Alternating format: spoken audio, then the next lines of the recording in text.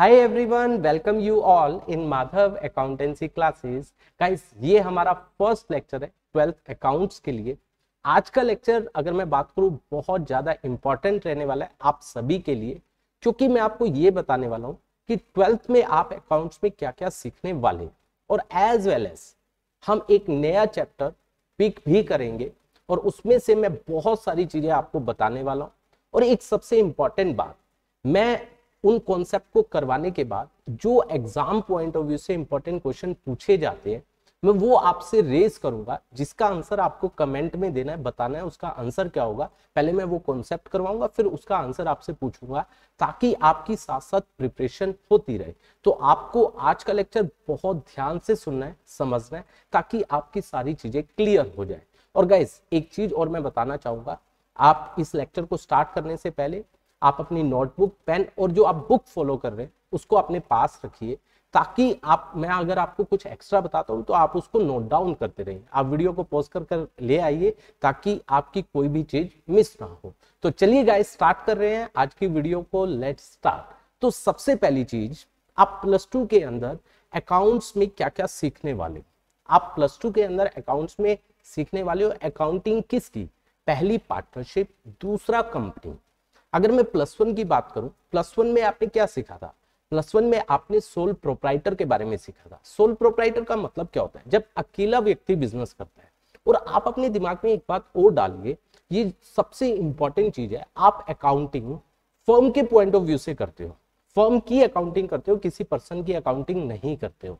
तो आपने +1 के अंदर फर्म की सोल प्रोप्राइटरशिप फर्म की अकाउंटिंग सीखी, आपने trading and profit and loss, balance sheet, final account बनाने सीखे। अब जो आप +2 के अंदर सीखने वाले हो, एक तो किसकी? पार्टनरशिप फर्म की अकाउंटिंग, और दूसरा कंपनी की अकाउंटिंग। तो सबसे पहले मैं आपको जो स्टार्ट करवाने वाला हूं वो मैं पार्टनरशिप की अकाउंटिंग कैसे की जाएगी वो सिखाने वाला हूं। इसके अंदर बेसिकली 5 चैप्टर आते हैं। सबसे पहला चैप्टर मैं आपसे आज स्टार्ट कर रहा हूं, जिसका नाम है accounting for partnership firm fundamental. Basically ये चैप्टर है क्या है, पहले आपको ये क्लियर होना चाहिए। इस चैप्टर के अंदर ये बताया गया है कि पार्टनरशिप अगर हम कर रहे हैं तो उसके अकाउंट्स कैसे बनाए जाएंगे। ये चैप्टर केवल आपको यही सिखाने वाला है कि पार्टनरशिप फर्म में अकाउंटिंग कैसे की जाएगी। अगर हम 2 पार्टनर हैं, 2 पार्टनर मिलकर काम कर रहे हैं, तो हम अपनी फर्म की अकाउंटिंग कैसे करेंगे, पूरा चैप्टर आपको ये सब सिखाने वाला है। तो चलिए गाइस, आज का लेक्चर विद न्यू चैप्टर हम स्टार्ट कर रहे हैं। सबसे पहली चीज के साथ, सबसे पहली चीज आपको ये पता होनी चाहिए कि पार्टनरशिप की जरूरत क्यों पड़ी। देखिए, अगर मैं बात करूं सोल प्रोप्राइटर, आप अकेले पार्टनर, आप अकेले व्यक्ति थे जो काम कर रहे थे, ठीक है। अब हो सकता है आपके पास पैसा कम हो, आपको बिजनेस को एक्सपेंड करना है, ठीक है, आपको पैसों की जरूरत है, तो आपने क्या किया? एक पर्सन को ऐड कर लिया। आपने मुझे ऐड कर लिया कि भरत सर के पास तो पैसा है, चलो भरत सर को ऐड कर लेते हैं, आपने मुझे ऐड कर लिया। या हो सकता है आप इतना समय ना दे पा रहे हो और बिजनेस में ज्यादा समय चाहिए, तो आपने देखा कि भरत सर काम कर सकते हैं, तो मैं भरत सर को ऐड कर लेता हूं। तो there can be a lot of reasons, जिसके कारण आप क्या कर रहे हो, एक पर्सन को आप क्या कर रहे हो, साथ में ऐड कर रहे हो। तब जाकर हमारी एक फर्म एग्जिस्टेंस में आती है, जिसका नाम होता है पार्टनरशिप फर्म, ठीक है गाइस। तो सबसे पहले आपको उसका मतलब पता होना चाहिए, और वो मतलब जो बताया गया है वो किसके अंदर बताया गया है? सेक्शन 4, याद रखना है guys, that is very important. Section 4 के अंदर पार्टनरशिप फर्म का मतलब बताया गया है कि पार्टनरशिप फर्म होती क्या है। मेरे साथ साथ मैं एक एक वर्ड आपको पढ़ाऊंगा बहुत ध्यान से। Partnership is a relation between persons. पहली बात, पार्टनरशिप एक रिलेशन है between persons. Persons word use हुआ है, एस यहां लगा है, मतलब 2 या 2 से ज्यादा पर्सन। ये रिलेशन है 2 या 2 से ज्यादा पर्सन का। Who have agreed to share the profit, जिन्होंने एग्री किया है कि वो प्रॉफिट बांटेंगे। तो प्रॉफिट का मतलब यहां केवल प्रॉफिट है या लॉस है? माइंड माय वर्ड, यहां पर प्रॉफिट और लॉस दोनों है। जिन्होंने एग्री किया है कि बिजनेस में अगर कोई भी प्रॉफिट होगा या लॉस होगा, हम मिलकर डिवाइड करेंगे। Of a business carried on by all, जो सभी के द्वारा चलाया जाएगा। मतलब मान लीजिए हम दोनों पार्टनर हैं, हम दोनों काम कर रहे हैं, या any of them acting for all, या आप काम नहीं कर रहे, हम दोनों के बिहाफ पे मैं काम कर रहा हूं, या मैं काम नहीं कर रहा हूं, हम दोनों के बिहाफ में आप काम कर रहे हो, ठीक है। तो इसका मतलब ये है। तो पार्टनरशिप की डेफिनेशन एज पर सेक्शन 4 क्या कहता है कि partnership is a relation between persons. Persons है मतलब 2 या 2 से ज्यादा पर्सन, ठीक है। हु हैव एग्रीड, जिन्होंने एग्री किया है कि वो क्या करेंगे, प्रॉफिट्स और लॉसेस को बांटेंगे। ठीक है, पहली बात यहां से एक बात और क्लियर होनी चाहिए कि जो पार्टनरशिप होगी वो बिजनेस के लिए, प्रॉफिट मोटिव के लिए होती है। अगर आप चैरिटेबल इंस्टीट्यूशन खोलते हो वो पार्टनरशिप नहीं कहलाती है। ठीक है, तो प्रॉफिट मोटिव होना चाहिए। तो क्या हुआ, पार्टनरशिप एक रिलेशन है बिटवीन पर्संस, टू और मोर पर्सन। ठीक है, who have agreed to share the profit of the business, मतलब प्रॉफिट और लॉस को डिवाइड करेंगे। कैरीड ऑन बाय ऑल, या तो वो सभी मिलकर चलाएंगे, मान लीजिए 5 पार्टनर है, पांचों चला रहे हैं, पांचों काम कर रहे हैं, कैरीड ऑन बाय ऑल। और any of them acting for all का मतलब हुआ 5 में से 4 कर रहे हैं, 5 में से 3 काम कर रहे हैं, 5 में से 2 कर रहे हैं, 5 में से 1 कर रहे हैं। ठीक है, आई होप ये डेफिनेशन आपको अच्छे से क्लियर हुई होगी। इसके बाद नेक्स्ट हमारे पास आ रहा है, देखिए दैट इज पार्टनर। ये पार्टनर फर्म और फर्म नेम्स, बहुत सारे बच्चों को पता तो होता है कि हाँ पार्टनर होता है, लेकिन उसके बारे में पूछा जाए भैया इसके बारे में लिखो, कहते भैया जब लिखने बैठे तो लिख ही नहीं पा रहे। तो आपको क्लियर होना चाहिए कि लिखना क्या है। देखिए पार्टनर्स कौन होते हैं, पर्सन, वो लोग एंटर्ड इनटू द पार्टनरशिप, जो पार्टनरशिप में एंटर हुए हैं। वो लोग जो पार्टनरशिप में एंटर हुए हैं उन्हें अकेले अकेले को क्या बोला जाता है, सबको अकेले को पार्टनर बोला जाता है। Is it fine, with one another individually, मतलब अकेले अकेले को क्या बोला जाता है, पार्टनर। तो आपको पता होना चाहिए कि लिखना क्या है। ठीक है गाइस, इसके बाद नेक्स्ट है हमारे पास फर्म। हमने इंडिविजुअली बोला, क्या बोला, पार्टनर। अब जब हम उन्हें कलेक्टिवली बोलेंगे कि वो कलेक्टिवली क्या कहलाएंगे, उसे कलेक्टिवली फर्म बोला जाता है। ठीक है, उसके बाद फर्म नेम। फर्म नेम क्या होता है, जिस नेम के अंडर हम बिजनेस को कैरी कर रहे हैं, ठीक है, उसे बिजनेस का नेम बोला जाता है, उसे फर्म नेम बोला जाता है। The name under which business is carried on. तो ये 3 बातें भी आपको क्लियर होनी चाहिए, ये बहुत इंपॉर्टेंट है। इसके बाद ये सबसे इंपॉर्टेंट चीज आ रही है, नेचर ऑफ पार्टनरशिप। ध्यान से समझना, अगर मैं बात करूं 2 टाइप से हम इसको डिवाइड करते हैं, 2 टाइप में डिवाइड करते हैं। पहला अकाउंटिंग पॉइंट ऑफ व्यू और दूसरा legal point of view. Accounting point of view क्या कहता है, जो ओनर है और जो कौन है, बिजनेस, दोनों अलग अलग है। बिजनेस एंटिटी कॉन्सेप्ट आपने पढ़ा होगा, दोनों क्या होते हैं, अलग अलग। ये कौन कहता है, accounts. Accounting point of view, तभी अकाउंट्स के अंदर आपने पैसा लगाया तो बिजनेस क्या कहता है, ये मेरी लाइबिलिटी है। कैपिटल को लाइबिलिटी में दिखाया जाता है, बिजनेस कहता है ये मेरी लाइबिलिटी है, मुझे ओनर का पैसा देना है। ये कौन कहता है, अकाउंटिंग पॉइंट ऑफ व्यू। और हम पढ़ भी क्या रहे हैं, अकाउंट्स, तो हमें अकाउंटिंग पॉइंट ऑफ व्यू को फॉलो करना पड़ेगा। तभी हम क्या करते हैं, हमारी बैलेंस शीट में फर्म, क्योंकि अकाउंटिंग हम किसके पॉइंट ऑफ व्यू से करते हैं, फर्म के पॉइंट ऑफ व्यू से, तभी फर्म क्या करता है, इसे लाइबिलिटी में दिखाता है हमारी कैपिटल को, क्योंकि फर्म को हमारा पैसा देना है। लेकिन लीगल पॉइंट ऑफ व्यू क्या कहता है, अगर कोर्ट में चले गए, मान लीजिए हम दोनों की फर्म है, भगवान ना करे हमें लॉस हो गए और हम लोगों का पैसा नहीं दे रहे, तो लोग कहां जाएंगे, कोर्ट में जाएंगे या नहीं जाएंगे, बिल्कुल जाएंगे। तो कोर्ट क्या कहेगी, उस समय लीगल पॉइंट ऑफ व्यू आता है। कोर्ट क्या कहेगी कि ओनर और बिजनेस दोनों सेम है। अगर मान लीजिए बिजनेस पैसा नहीं दे पाता है तो जो ओनर की पर्सनल प्रॉपर्टी है वो भी यूज की जाएगी डेट को पे करने में। तो ये कौन सा पॉइंट ऑफ व्यू हुआ, लीगल पॉइंट ऑफ व्यू। तो अकाउंटिंग पॉइंट ऑफ व्यू से दोनों क्या है, सेपरेट लीगल एंटिटी, और जो लीगल पॉइंट ऑफ व्यू है दोनों क्या है, सेम। तो हम अकाउंट्स किसके अकॉर्डिंग बनाते हैं, अकाउंटिंग पॉइंट ऑफ व्यू के। गाइस क्लियर है। इसके बाद बहुत इंपॉर्टेंट चीजें आ रही है, ठीक है, और मैं आपसे एक क्वेश्चन भी पूछने वाला हूं, तो उसका आंसर जरूर देना कमेंट में। देखिए फीचर्स और कैरेक्टरिस्टिक्स ऑफ पार्टनरशिप। देखिए सबसे पहला आ रहा है 2 और मोर पर्सन, ठीक है। अब ध्यान से सुनना, 2 और मोर पर्सन, मिनिमम 2 होने चाहिए। अगर आपको पार्टनरशिप करनी है मिनिमम 2 होने चाहिए। उसके बारे में बताता है इंडियन पार्टनरशिप एक्ट 1932, मिनिमम के बारे में। लेकिन मैक्सिमम के बारे में इंडियन पार्टनरशिप एक्ट बताता नहीं है। उसको कौन बताता है, उसको बताता है कंपनीज एक्ट। तो कंपनीज एक्ट के अकॉर्डिंग, याद रखना गाइस, गलती मत करना, मिनिमम को बताता है पार्टनरशिप एक्ट और मैक्सिमम को बताता है कंपनीज एक्ट। कंपनीज एक्ट के rule 10 of company miscellaneous rule 2014 में बताया गया है कि maximum number of partner in a partnership that can be 50। तो मिनिमम हुए 2 जो कौन बताता है, पार्टनरशिप एक्ट, और मैक्सिमम हुए 50 जो कौन बताता है, कंपनीज एक्ट। कंपनीज एक्ट में रूल 10, बेसिकली रूल क्या है, देखो एक्ट बना, एक्ट में जो चेंजेस होंगे, क्योंकि एक्ट में, क्योंकि ये नहीं है कि रिजिड हो गया एक्ट, जैसे कंपनीज एक्ट 2013 बना, अब ये नहीं है उसमें चेंजेस नहीं होंगे, ऐसा नहीं है, होते हैं चेंजेस। तो वो चेंजेस किसके अकॉर्डिंग होते हैं, रूल के अकॉर्डिंग। तो रूल 10 आया जिसमें बताया गया कि maximum number of a partner in a partnership कितने होंगे 50 as per rule 10 of company miscellaneous rule 2014। तो ये आपको क्लियर होना चाहिए, ठीक है। इसके बाद नेक्स्ट आ रहा है competent to contract, that is very important. Competent to contract कि जो पर्सन जिसके साथ हम पार्टनरशिप कर रहे हैं वो कॉम्पिटेंट होने चाहिए, मतलब वो पार्टनरशिप कर सके। जैसे मान लीजिए एक पर्सन जिसका स्क्रू ढीला है, जो पागल है, क्या उसके साथ पार्टनरशिप कर पाएंगे? क्या उससे अपने अच्छे और बुरे की पहचान होगी? नहीं होगी। तो वो क्या है, कॉम्पिटेंट नहीं है, तो उसके साथ आप नहीं कर सकते, ठीक है।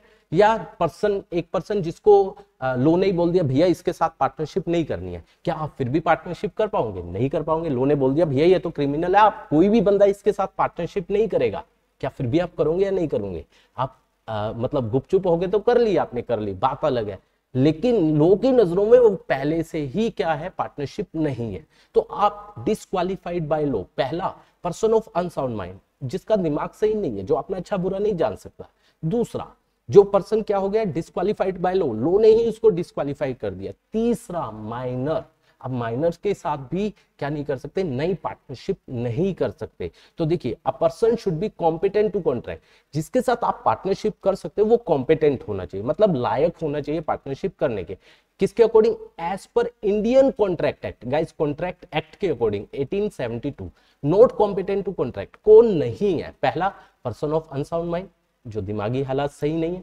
दूसरा, पर्सन डिस्क्वालिफाइड बाय लॉ, जैसे मैंने अभी बताया क्रिमिनल। माइनर के साथ भी नई पार्टनरशिप में आप एंटर नहीं कर सकते, बट माइनर को एडमिट किया जा सकता है पार्टनरशिप में, चली हुई पार्टनरशिप है उसमें आप एडमिट कर सकते हो फॉर द बेनिफिट ओनली, केवल बेनिफिट के लिए minor can be admitted for the benefit of the partnership only. Minor losses bear नहीं करेगा। तो मेरा यहां पर आप लोगों से क्वेश्चन है, बहुत ध्यान से बताना, क्या माइनर एक नई पार्टनरशिप में एंटर कर सकता है या नहीं है? तो उसका आंसर जरूर देना कमेंट में, ताकि मुझे पता चले, क्योंकि ये एग्जाम पॉइंट ऑफ व्यू से बहुत इंपॉर्टेंट है। उसके बाद नेक्स्ट है हमारे पास एग्रीमेंट, ठीक है। अब देखो, ये दोनों पॉइंट हो गए। एग्रीमेंट क्या होता है कि पार्टनरशिप जो होती है ना, वो एग्रीमेंट के बेसिस पर होता है। अब मान लीजिए आप और मैं पार्टनर है, आपको कोर्ट थोड़ी कहेगी भरत सर के साथ पार्टनरशिप करो, कह सकती है? भैया आपको अच्छा लगेगा करोगे, नहीं अच्छा लगेगा नहीं करोगे। आपको, आपके और मेरे बीच में टर्म्स जच रही हैं, अच्छी लग रही हैं, हम दोनों को एक दूसरे की बात समझ आ रही है, तब तो हम पार्टनरशिप करेंगे, अदरवाइज करेंगे नहीं। तो ये हमारे आपस के एग्रीमेंट के ऊपर, जो भी हमने टर्म्स एंड कंडीशन रखी है उसके ऊपर डिपेंड करता है। अगर आपको मेरी और आपको मेरी टर्म्स पसंद आएगी, मुझे आपकी आएगी, तब हम क्या करेंगे, पार्टनरशिप, अदरवाइज हम पार्टनरशिप नहीं करेंगे। लेकिन अगर मैं बात करूं HUF, सुना है आपने ना, हिंदू अनडिवाइडेड फैमिली, उसके अंदर लॉ इंपोज करती है कि आपको ऐसा काम करना पड़ेगा। जैसे जो करता होता है वो कौन होता है, जो सबसे बड़ा मेल मेंबर होता है वो करता होता है। तो उसमें कौन बताता है, ये लॉ बताता है। तो लॉ किसमें इंटरफेयर कर रहा है, HUF में। लेकिन पार्टनरशिप में अगर आप पार्टनरशिप करना चाहते हो तो वहां पर लॉ का कोई मैटर नहीं करता है, वो आपसी एग्रीमेंट के ऊपर होता है। तो देखिए, partnership comes into existence by an agreement, ठीक है। वो एग्रीमेंट ओरल भी हो सकता है और रिटन भी। हमने जो टर्म्स एंड कंडीशन है वो ओरली भी हो सकती है और रिटन भी, लेकिन हमें कोशिश करनी चाहिए रिटर्न हो, और उस रिटर्न एग्रीमेंट को पार्टनरशिप डीड बोला जाता है। It is called partnership deed. I hope यहां तक आपको समझ आया होगा। इसके बाद बिजनेस, इसके बाद है बिजनेस, और मैं यहीं पर लिख देता हूं प्रॉफिट मोटिव, ठीक है। मैं यहां लिख देता हूं, ये आई है, देखो, बिजनेस एंड प्रॉफिट मोटिव, ठीक है। ये बहुत इंपॉर्टेंट है कि जो आप पार्टनरशिप कर रहे हो, जो वो बिजनेस कर रहे हो, पहली बात वो बिजनेस लीगल होना चाहिए। ये नहीं है आप कोई ड्रग्स का काम कर रहे हो, आप कोई गलत काम कर रहे हो जो लॉ अलाउ नहीं करता है। आप क्या कर रहे हो, सट्टेबाजी का काम कर रहे हो, ड्रग्स का काम कर रहे हो, लॉ अलाउ नहीं कर रहा है। लीगल होना चाहिए, इनलीगल होना नहीं चाहिए। और दूसरा, प्रॉफिट मोटिव, आपका मकसद प्रॉफिट कमाना होना चाहिए। मेरा दूसरा क्वेश्चन और आ रहा है, आपका मकसद प्रॉफिट कमाना। अगर आप प्रॉफिट के मकसद से काम नहीं कर रहे हो तो वो क्या नहीं कहलाएगी, क्या नहीं कहलाएगी गाइस, वो आपकी पार्टनरशिप नहीं कहलाएगी। अब मैं आपसे क्वेश्चन पुट कर रहा हूं, उसका आंसर दीजिए। एक चैरिटेबल, हमने क्या खोली, एक चैरिटेबल इंस्टीट्यूशन खोला, क्या वो पार्टनरशिप, मान लीजिए हमने 3 बंदों ने मिलकर एक चैरिटेबल इंस्टीट्यूशन खोला, क्या वो पार्टनरशिप कहलाएगी या नहीं कहलाएगी? इसका आंसर जरूर आप कमेंट में देना, ठीक है गाइस। उसके बाद next, profit sharing, that is very important. बहुत जबरदस्त पॉइंट है। प्रॉफिट शेयरिंग क्या है कि जो पार्टनर है, पार्टनर को डिप्राइव, मना नहीं करना चाहिए कि आपको प्रॉफिट नहीं दिया जाएगा।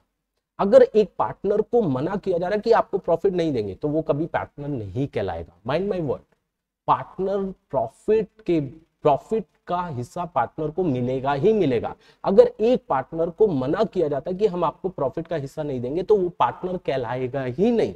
मतलब प्रॉफिट शेयरिंग मस्ट है, लेकिन हो सकता है किसी पार्टनर को हम कह सकते हैं कि हम आपको लॉस बियर नहीं करवाएंगे, जैसे माइनर। ये पॉसिबल है कि ऐसा नहीं है कि लॉस के केस में लॉसेस बियर करने ही करने पड़ेंगे, ऐसा पॉसिबल नहीं है। लेकिन प्रॉफिट्स के केसेस में प्रॉफिट्स पार्टनर को मिलेंगे ही मिलेंगे। That is called profit sharing. Every partner should have the right to share the profits. ठीक है, उसके बाद नेक्स्ट आता है business carried on by all और any of them acting for all. मैंने बताया था कैरिड ऑन बाय ऑल। मान लीजिए हम 5 पार्टनर हैं, पांचों मिलकर काम कर रहे हैं। ठीक है, any of them acting for all, 5 में से 4 कर रहे हैं पांचों के बिहाफ पर, 3 कर रहे हैं पांचों के बिहाफ पर, 2 कर रहे हैं पांचों के बिहाफ पर, 1 कर रहा है पांचों के बिहाफ पर। That is own by all. इसे इसका एक और नाम बोला जाता है म्यूचुअल एजेंसी, और इसे बोला जाता है इस हर एक पार्टनर जो है वो एजेंट भी है और प्रिंसिपल। कैसे, सुनना गाइस। मान लीजिए आप और मैं पार्टनर है, ठीक है। आप कहां गए, चंडीगढ़ गए, और मैंने आपको फोन कर दिया वहां ना किसी पर्सन के साथ डील पक्की करनी है। ठीक है, तो अब आप उस पर्सन के पास गए और आपने डील पक्की कर दी। ठीक है, अब जो आपने डील पक्की की क्या उससे मैं भी लायबल होऊंगा या नहीं होगा? क्या मैं भी उसमें बाइंड हो गया या नहीं हो गया? बिल्कुल हो गया।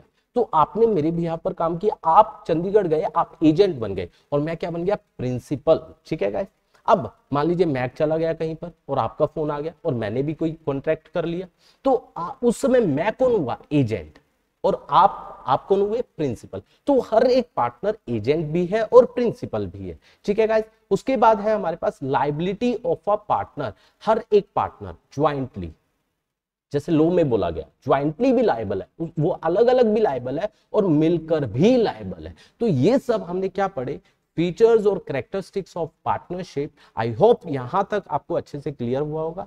बाकी हम नेक्स्ट लेक्चर में बहुत इंपॉर्टेंट चीजें गाइज मैं आपको करवाने वाला हूं। आई होप आज का लेक्चर आपको पसंद आया होगा। गाइज अगर आपको अच्छा लगा है तो लाइक एंड कमेंट जरूर कीजिए और ज्यादा से ज्यादा सभी अपने फ्रेंड सर्कल में इसको शेयर कीजिए ताकि वो भी इसका बेनिफिट उठा सके। अब एक चीज और बताना चाहूंगा, जो ये नोट्स हैं, ये नोट्स आपको हमारी ऐप के ऊपर अवेलेबल हो जाएंगे। आप वहां से उसको क्या कर सकते हो, देख सकते हो, इजिली उनको एक्सेस कर सकते हो। ऐप का लिंक नीचे डिस्क्रिप्शन में दिया गया, आप ऐप को डाउनलोड कीजिए। और सेकंड थिंग गाइस, हमारा टेलीग्राम चैनल है जिसपे हम इंफॉर्मेशन सबसे पहले डालते हैं, तो आप उसको जरूर ज्वाइन कर लीजिए ताकि आपको लेटेस्ट इंफॉर्मेशन मिलती रहे। बाकी हम नेक्स्ट वीडियो में आपसे डिस्कस करेंगे। Thank you so much for watching this video.